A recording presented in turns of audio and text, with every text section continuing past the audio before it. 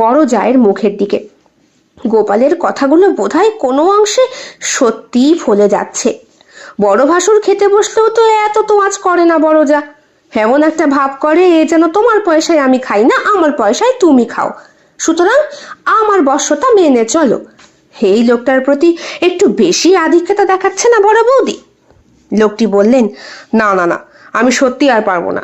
শোনো নতুন বউ, তুমি বরং আমাকে রাতের দিকে দিও, কেমন? রাতের দিকে? আচ্ছা ঠিক আছে। এই প্রথম নতুন বউয়ের সাথে কথা বললেন উনি। নতুন বউ সম্বোধন করায় পার্বতী বেজায় আনন্দ পেল। মনে মনে ঠিক করলো রাতের দিকে তাহলে এই ভদ্রলোককে আরো কয়েক রকমের পিঠে পুলি করে খাওয়াবে। ওর বাড়িতে চিতল পিঠেটা ওর মা খুব ভালো করতো। বাবা যখন বাড়িতে আসতো তখন গরম গরম চিতল পিঠে আর গুড় দিয়ে খেতে যে কি ভালো লাগে, সেই গুড় যদি একটু ঝোলা গুড় হয়। প্রত্যেকবার নতুন নতুন মাটির সরায় সেই পিঠে তৈরি করতেন মা। আবার যখন সরা ফেটে যেত তখন ওই লোহার কড়াইতেই করা হতো। ঢোক গিলল একা একাই পার্বতী। রান্নাঘরে চালের গুঁড়ি আছে, সন্ধে থেকেই বসে পড়তে হবে, তাহলে করতে বেশি রাত হবে না। সন্ধেবেলা শাশুড়ি মা সন্ধে বাতে দিয়ে ঘরে চলে গেলেন। আজ মানুষটা সারাদিন কিচ্ছু খাননি, রাত্রেবেলা একটু গরম দুধ আর খই দিতে হবে খেতে। বড় বৌদির ঘরটা একবার ঘুরে দেখে আসলে হতো। ছোট খোকা পাশের গ্রামে পড়তে গিয়েছে, ফিরতে ফিরতে রাত 8টা সাড়ে 8টা মতো বাজবে।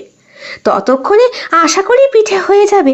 হঠাৎ বড় বৌদির দরজার কাছে এসে পার্বতীর পাটা কেমন যেন থমকে গেল।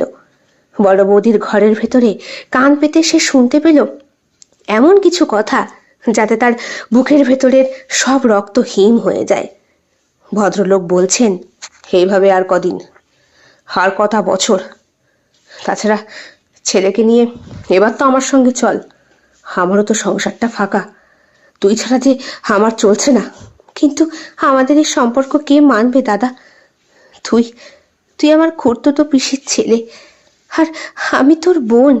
দেখ তাহলে আমি কিসের টানে বারবার ছুটে আসি শ্যামা, তুই কেন বুঝিস না? তাছাড়া সুবোধের কাছে পুরো ব্যাপারটাই স্পষ্ট। সুবোধ কতদিন শহরে ছিল, ততদিনে তুই পোয়াতি হয়েছিস। যেহেতু ও উচ্চ বংশের সন্তান, তাই তোকে এই বিষয় নিয়ে কখনো কোনোদিন কোনো প্রশ্ন করেনি। ওর জায়গায় আমি থাকলেই তো আসতে বল, শুনতে পাবে।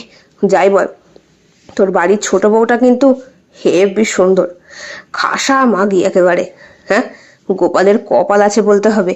হো, এসেই এসেই তোর কুদৃষ্টি পড়েছে।